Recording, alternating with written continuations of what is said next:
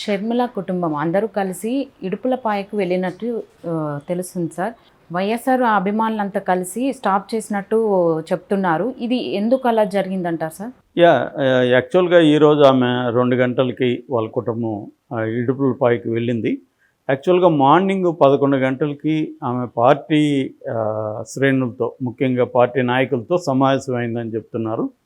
ఎందుకంటే ఎల్లుండి ఆమె విలీనం చేయబోతున్నట్టుగా వార్తలు వస్తున్నాయి కాంగ్రెస్ పార్టీలో. సో అందువల్ల మార్నింగ్ ఆమె పార్టీ నాయకులతో అంతా సమావేశం అయ్యి ఇట్లా విలీనం చేస్తున్నాను కాంగ్రెస్ పార్టీతో అని ఆమె కన్విన్సింగ్గా వాళ్ళతో చెప్పినట్టుగా. సో మనం ఇక్కడ కూడా ఇక మీదట కాంగ్రెస్లోనే మనం అందరూ పనిచేయాలి, అక్కడ కూడా కాంగ్రెస్లోనే పనిచేయాలని చెప్పినట్టుగా ఉంది. వాళ్ళు కూడా ఇంతకుముందు వ్యతిరేకించిన వాళ్ళు కూడా ఇప్పుడు ఎవరు వ్యతిరేకించట్లేదని చెప్తున్నారు. ఇంతకుముందు వ్యతిరేకించారు. వైఎస్ఆర్టీపీ పార్టీలో నాయకులంతా కూడా వ్యతిరేకించారు, ధర్నాలు కూడా చేశారు వాళ్ళ ఇంటి ముందు. అయితే ఇప్పుడు వాళ్ళు కూడా వ్యతిరేకించట్లేదు. దానికి కారణం ఏంటంటే ఇక్కడ కాంగ్రెస్ ప్రభుత్వం ఉంది కాబట్టి వీళ్ళు కూడా కాంగ్రెస్లో ఉంటే ఎంతో కొంత వాళ్ళకి కూడా ఉపయోగమే కదా, ఏవో కొన్ని పనులన్నా చేసుకోవచ్చు. సో అందువల్ల అందరూ కూడా ఒప్పుకున్నట్టుగా అంటున్నారు. సో దాని తర్వాత 2 గంటలకి బయలుదేరి వాళ్ళు ఇడుపులపాయ చేరారు. ఆమె కాబోయే కోడలు ప్రియా అట్లూరి, వాళ్ళ అబ్బాయి రాజారెడ్డి, వాళ్ళ కూతురు అంజలి, తర్వాత అమ్మ విజయమ్మ, వీళ్ళంతా అక్కడికి వెళ్ళినట్టుగా తెలుస్తుంది.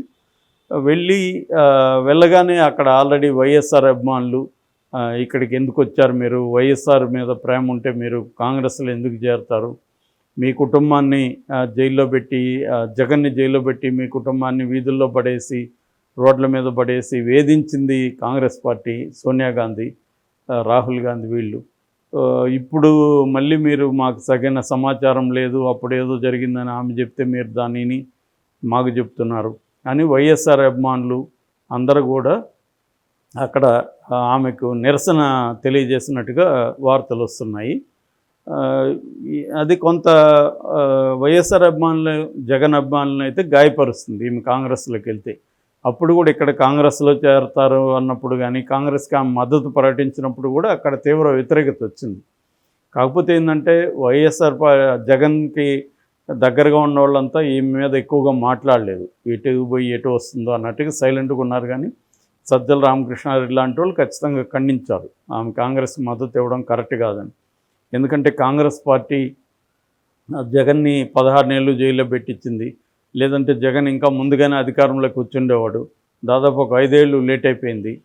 సో వాళ్ళ ఫ్యామిలీ అంతా కూడా ఈ 16 నెలలు అనేక బాధల్లో ఉన్నారు. సో అటువంటి ఈమె అనేక సార్లు షర్మిలని కాంగ్రెస్ పార్టీ మీద తీవ్రంగా విరుచుకుపడింది, మా అన్నను జైల్లో పెట్టించి మమ్మల్ని ఇలా చేశారని. అలాంటిది ఈమె ఇప్పుడు కాంగ్రెస్ పార్టీలో చేరి కాంగ్రెస్ పార్టీ గొప్ప ఏమని చెప్పుకుంటుంది ఈమె రేపు ఆంధ్రప్రదేశ్లో? కాంగ్రెస్ పార్టీకి ఎందుకు ఓటేయాలని ఈమె పిలిపిస్తుంది అనేది ఇప్పుడు పెద్ద ప్రశ్నగా మిగిలిపోయింది. ఎందుకంటే ఇటు ఈమె సమైక్యవాది, ఈ తెలంగాణ రాష్ట్రం ఏర్పడడానికి కాంగ్రెస్ ప్రధాన కారణం కాబట్టి ఆంధ్ర రాష్ట్రం ఈ పరిస్థితిలో ఉండడానికి కాంగ్రెస్ కారణమని ఈమె విమర్శించింది మొన్నటి వరకు. ఇవాళ కాంగ్రెస్కి ఓటేయమని ఏమి కారణం చెప్తుందా ఆమె వెళ్ళి అనేది మేజర్ ఇష్యూ.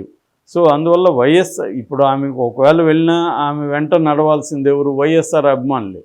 వైఎస్ఆర్ అభిమానులంతా కూడా కాంగ్రెస్కి వ్యతిరేకంగా మారిపోయారు.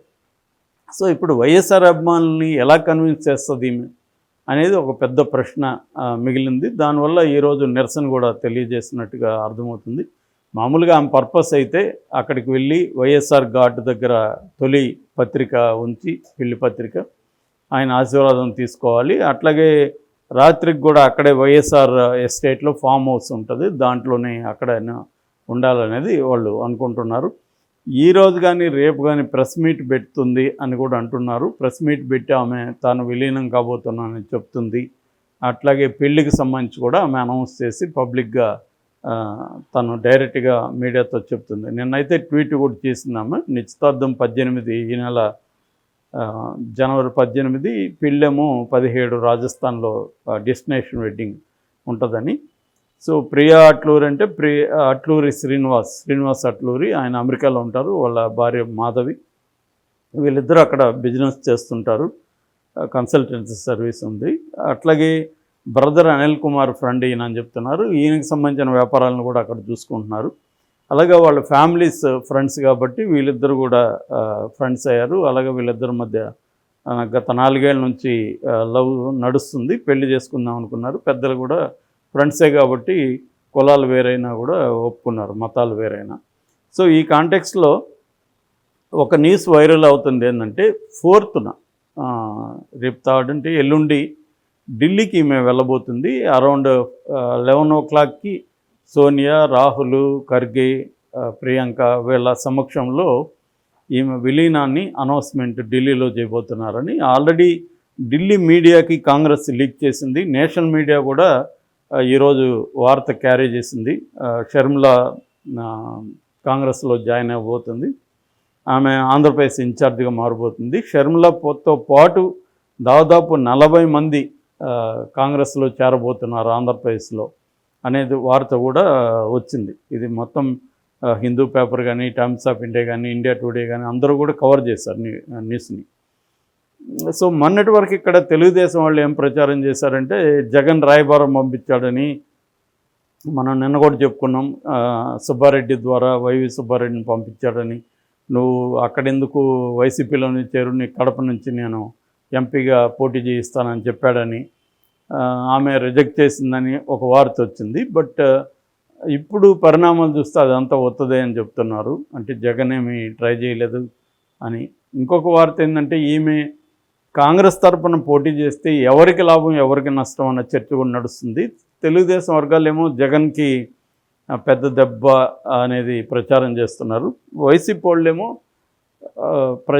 ప్రభుత్వ వ్యతిరేక ఓటు చీలితే వైసీపీకి లాభం కానీ జగన్కి నష్టమేముంటుంది అనేది వాళ్ళు ప్రచారం చేస్తున్నారు. ఇంకొక ఇదేంటంటే అసలు మొత్తం ఇదంతా జగన్ ప్లానే, జగనే ఈమెని కాంగ్రెస్లో చేర్పిస్తున్నాడు.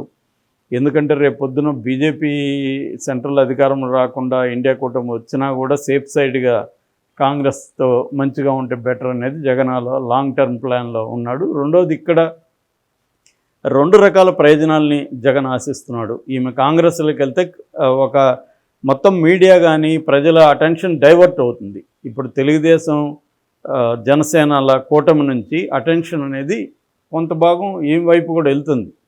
ఆ రకంగా మొత్తం ఫోకస్ ఉండదు.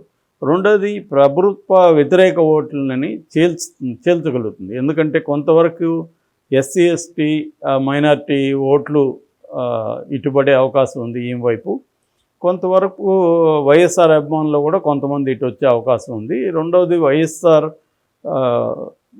వైసీపీలో పార్టీలో చాలామందికి టికెట్లు ఇచ్చే పరిస్థితి లేదు కాబట్టి వాళ్ళందరూ రెబల్స్గా మారి ఈమె దగ్గరికి వచ్చే అవకాశం ఉంది. ఎందుకంటే వాళ్ళల్లో మెజారిటీ కాంగ్రెస్ నుంచి వెళ్ళిన వాళ్ళు కాబట్టి వాళ్ళందరూ మళ్ళీ ఇటు వచ్చే అవకాశం ఉంది. ఆ రకంగా పోలరైజ్ కాకుండా జగన్కి వ్యతిరేకమైన ఓటు వీళ్ళిద్దరికి వెళ్లకుండా, జనసేనకి తెలుగుదేశంకి వెళ్లకుండా ఇటువైపు కొంత లాగగలిగితే జగన్కి లాభం అనేది జగన్ ప్లాన్ ఇదనే వర్షన్ కూడా ఉంది. దీంట్లో ఏది కరెక్టు ఏది అనేది మనకి కొంతకాలం గడిస్తే కానీ తెలియదు. ఏదేమైనా ఇప్పుడు షర్మిలకు కూడా ఛాలెంజ్ ఏం మాట్లాడబోతుంది షర్మిల, దీన్ని ఎలా జగన్కి వ్యతిరేకంగా ఈమె నిలబడితే ఎలా నిలబడుతుంది, ఒకవైపు ఏమో తెలుగుదేశంతో ప్రోగా ఉన్నట్టు కనబడుతుంది. అంటే రేపు పొద్దున తెలుగుదేశం జనసేన కాంగ్రెస్ పొత్తులోకి వెళ్తాయా? ఇంకొక వెర్షన్ కూడా వినబడుతుంది. ఇటు పవన్ కళ్యాణ్ డిమాండ్స్ ఎక్కువగా ఉన్నాయి. అతను సీఎం కూడా ఒక టర్మ్ సీఎం కూడా అడుగుతున్నాడు. దాదాపు 50-60 సీట్లు అడుగుతున్నాడు, ఎమ్మెల్యే సీట్లు. అందువల్ల అతనికి చెక్ పెట్టాలంటే కూడా కాంగ్రెస్తో కలిస్తే జగన్ పవన్ కళ్యాణ్కి చెక్ పెట్టచ్చు అనేది చంద్రబాబు వ్యూహంగా కూడా చెబుతున్నారు. ఇవన్నీ తేలాలంటే మనకు కొంత టైము గడిస్తే కానీ తెలియదు. ఎందుకంటే ఇప్పుడు ఒకవైపు ఏమో చంద్రబాబు బీజేపీతో పొత్తు పెట్టుకోవడానికి ట్రై చేస్తున్నాడు, ఇంకొక వైపు ఏమో కాంగ్రెస్తో ట్రై చేస్తున్నాడు. ఒకవేళ కాంగ్రెస్తో కానీ పొత్తు కుదిరితే మాత్రం జగన్కి ఖచ్చితంగా ఇబ్బంది. ఎందుకంటే ఈమె ఉన్న బలం అంతా కూడా తెలుగుదేశం జనసేనకి షిఫ్ట్ అవుతుంది. అప్పుడు ప్రభుత్వ వ్యతిరేక ఓటు పోలరైజ్ అవుతుంది. సో ఇది మేజర్గా జరగబోయే కార్యక్రమం.